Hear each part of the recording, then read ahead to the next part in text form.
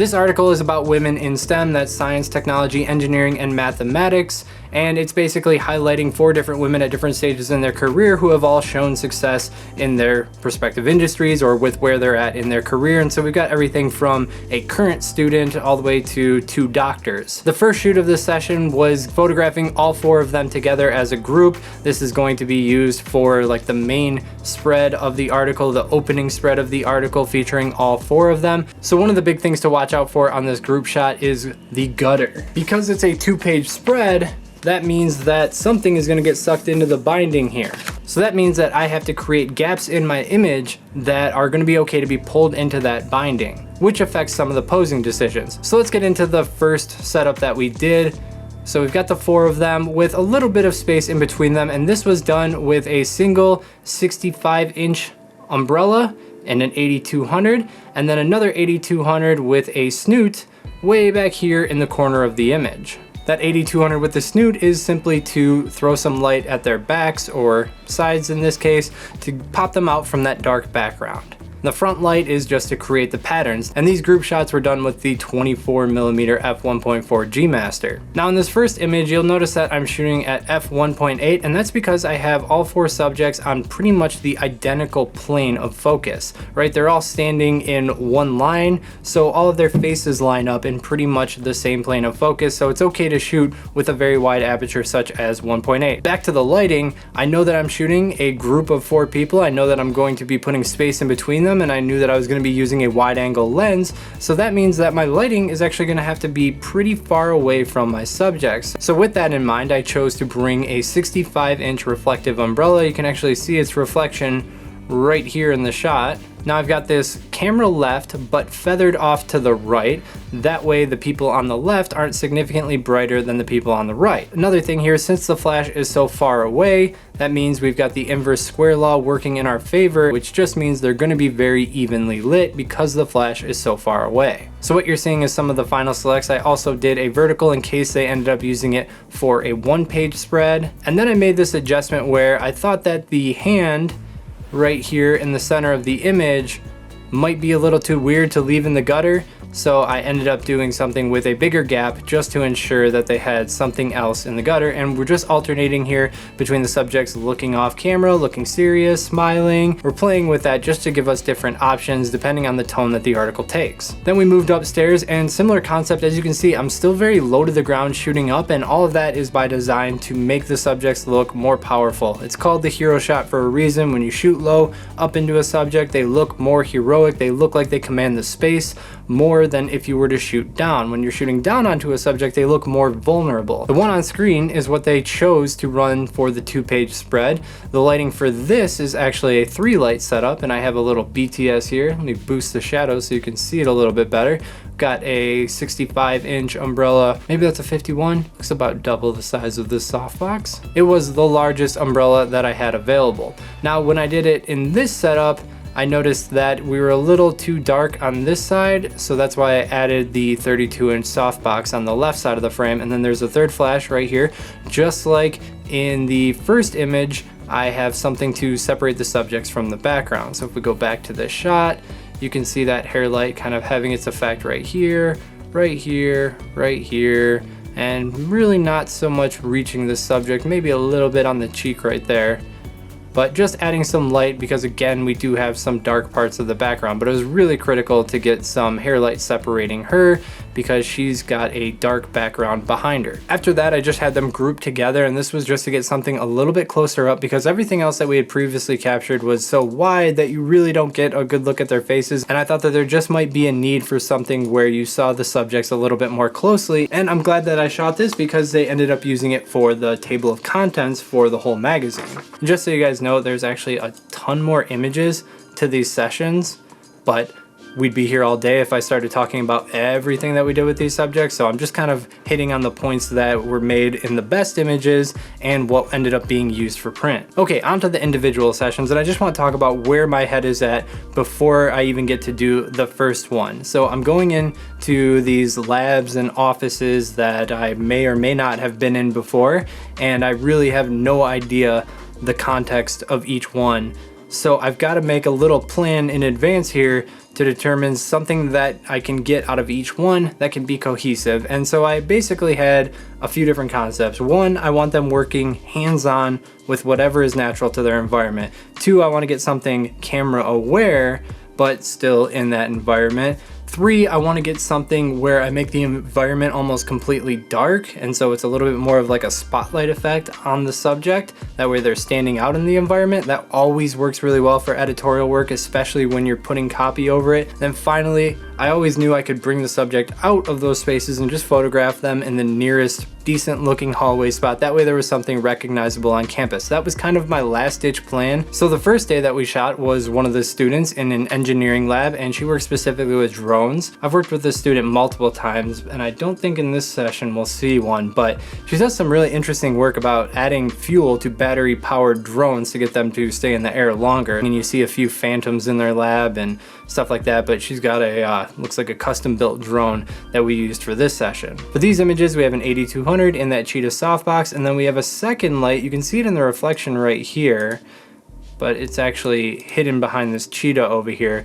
That second light has a blue gel on it. It's another AD200 with an H200R, and it's sending light onto all this area in the background, so that we've kind of got these blue hues in the background just to add a little bit more interest to the image. Starting out, these are with the 50mm at f2, simply asking the subject to kind of tinker around with the drone, do anything that she would normally do when working on it, just to get some kind of natural hand placements. Joking around with the subject to get some various expressions. I actually quite like how this shot turned out. And yes, you can see my softbox reflection right here in the windows. That's why I didn't go too high powered on the flash, is because I didn't want it to be too bright right here, so I couldn't really do too much contrast. And photographers might see this, and I only mention it because otherwise you guys will in the comments, but the reality is like nobody will ever make a fuss about a reflection like this in the background just because it's so out of focus. Very briefly, it looks like I tossed on the 24mm just to get a more dramatic effect, but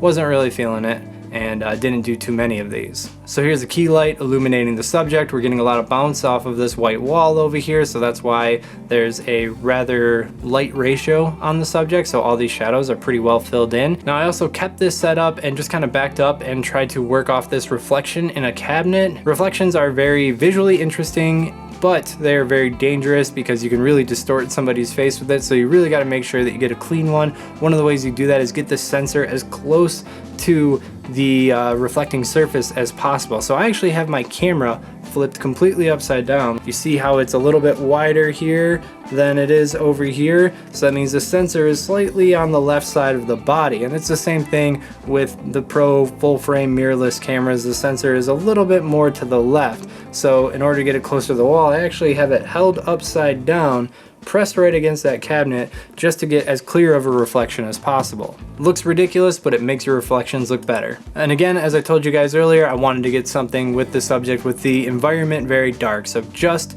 subject focus, not really hands-on, completely camera aware. This was kind of the third concept that I wanted to get, and it was just something that I knew I could do in any environment, just get the subject to show brighter than the environment. Here's a BTS of that setup. Again, I'll raise the shadows for you guys. We've got the big Cheetah 36-inch softbox and then the AD200 with the gel directly behind her. Finally, I just did my hallway shot, very similar to what I did in the lab, single light making the subject brighter than the ambient environment. Using my 135mm lens just to get the background completely out of focus, really shallow depth of field, shooting at f1.8 here, paired with that really telephoto lens, just turns your backgrounds into mush. But that was kind of the idea, just to have something that I could carry over to any other location on campus. All right, so now we go into the shoot with the second subject. So for these first few images, we have the AD200 back in that 32-inch softbox, and with this softbox, I have it feathered just slightly above the subject, so the center and most intense part of the light isn't really hitting the subject. Instead, it's more of the feathered light that's hitting her. And here's the result from that, just working to have the subject a little bit brighter than the ambient. And again, I'm doing those subject aware shots and subject working shots. Nice Rembrandt lighting on this one. The reason that I have the softbox so far away in this one is to avoid seeing its reflection in this window. After that, I had the subject flip around, so now the computer monitors are in the background. They're way more visible. One of the things I do when I want those monitors to be visible is just turn the brightness way up. That way they are brighter and it just gives me more flexibility for balancing with the flash. The reason that I had her turn around is really I wanted to show this ticker that is in the corner of the room, and it just really helps add context to what this student does, as well as the things that I put on the computer. We've got some bar charts and folders and the books. All of these small details will just be more familiar to people who are focused on looking into this industry as a possible career. So this one goes back to subject, camera aware in their natural environment, and again, finished off with a simple hallway shot, although this time I let that ambient light kind of fill the room. And at this point, I'm kind of thinking that the hallway shot isn't likely to get used. Like, they might go and use it for something else, but I didn't think that it would be used for this article specifically, just because the environments that we're getting to work in are really fitting the story well. So I just expected that it was going to go more that direction. And when I went to work with subject number 3, that's what we're running with, and you won't see any more hallway shots. This subject is a doctor in biomathematics. So I was like, show me all the formulas. That's what we need to see in these images, is just a bunch of mathematics. And she showed me, I believe this is a Microsoft Studio. Let's use that as our light source. So these are the only images that don't feature any type of strobe use in them because I've got a big soft light modifier.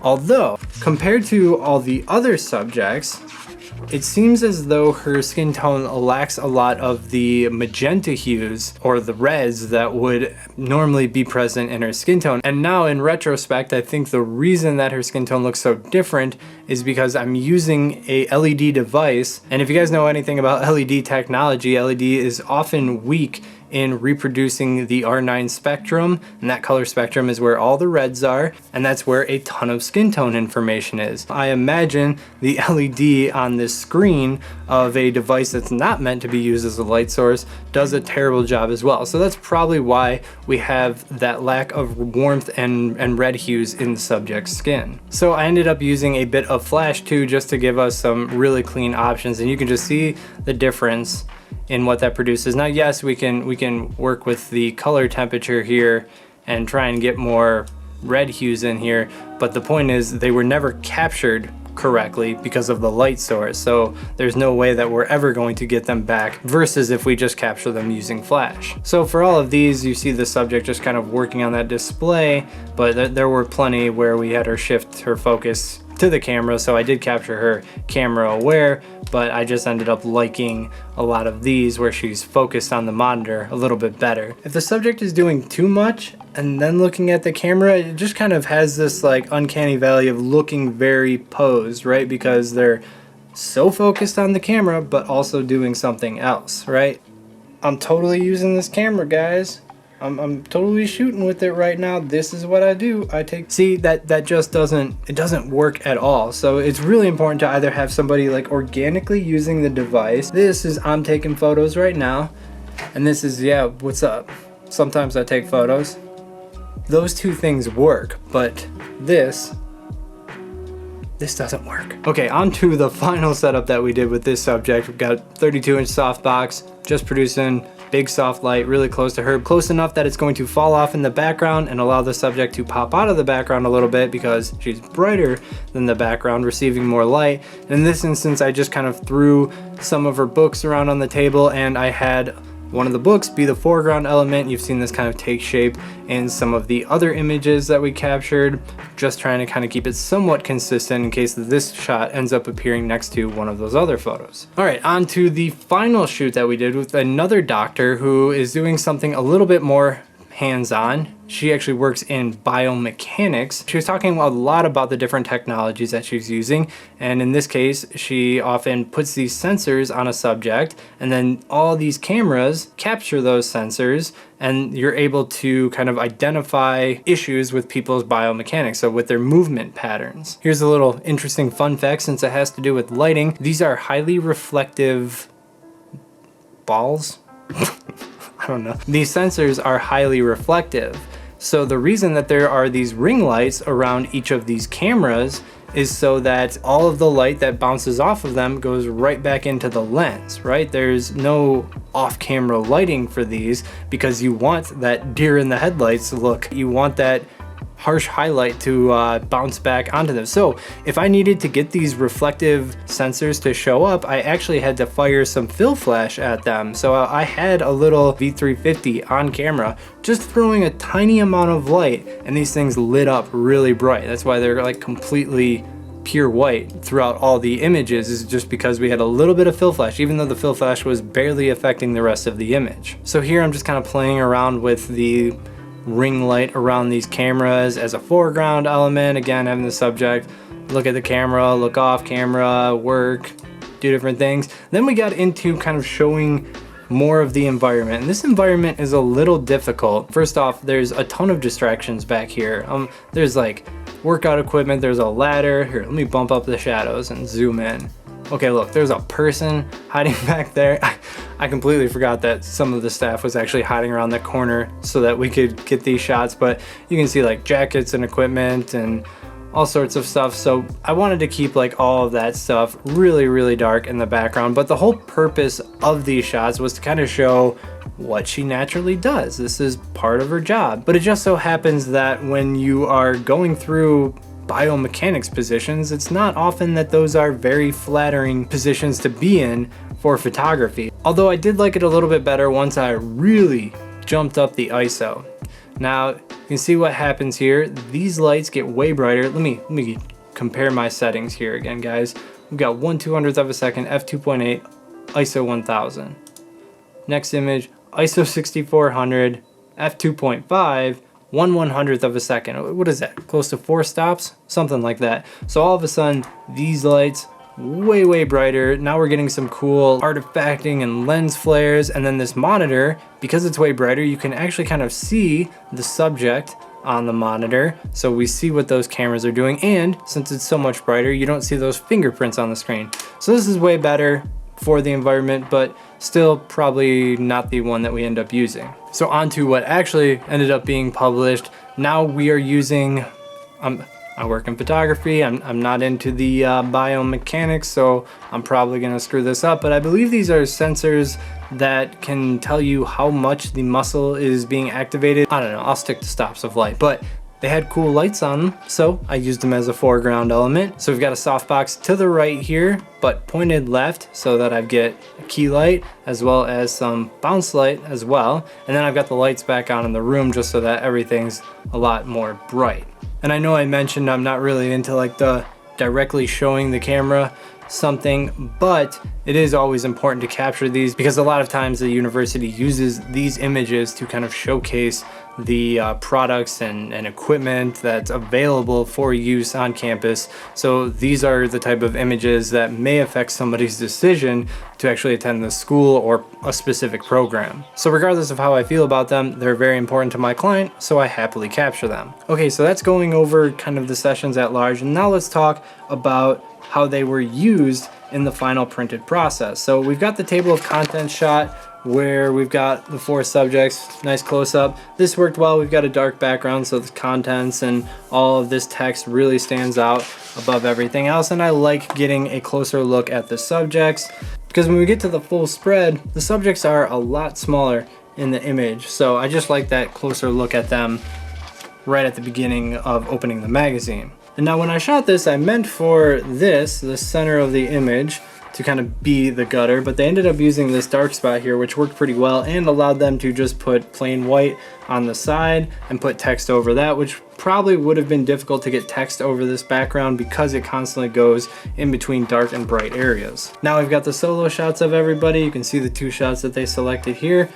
They ended up selecting one of the shots of her holding that up. That's cool. That's what they thought best did it. And you can see my favorite shot from this session is the one that they ended up using for this one. Then we've got the student working hands-on with the drone. I don't even believe I showed this one in the video. And then they've got the doctor writing directly on the display. And I really like their decision to choose the two subjects that are kind of looking away, focused on their work. They've got them facing the opposite direction. All really good decisions there. And then it doesn't really matter which side you put these two on because they're both looking directly at the camera. So overall, I'm quite pleased with how it turned out. And I really like this magazine in general, probably because I shot about 70% of it. But that presents opportunities for me to talk about a lot of the other sessions that took place in this magazine. Now, normally when I record these videos, I do them very quickly after I completed the session just so that all the details are fresh in my mind. But now that I capture a lot of BTS images, it's easy for me to recall and obviously see what modifiers I was using, so that's not really so much of an issue. So let me know if you think there was a big benefit in having the final printed materials, because in that case, I've got a ton of these that I can do, but I'll just wait until I get the final printed materials to include that discussion as well. I hope you guys enjoyed this video and specifically this series. I really think that this is probably the best thing that I can produce for other working photographers. I know like stops of light and lighting reviews and lens reviews, those are kind of helpful, but like this practical knowledge working through issues that actually pop up in unique locations. Honestly, if you watch that and you hear other people struggle with that, you're gonna be a lot more prepared for when you tackle your own work. So I just think it's way more beneficial content to give to you guys. If you agree, hit that like button, subscribe if you'd like to see more of my videos, comment below with any questions, and until next time, keep on shooting.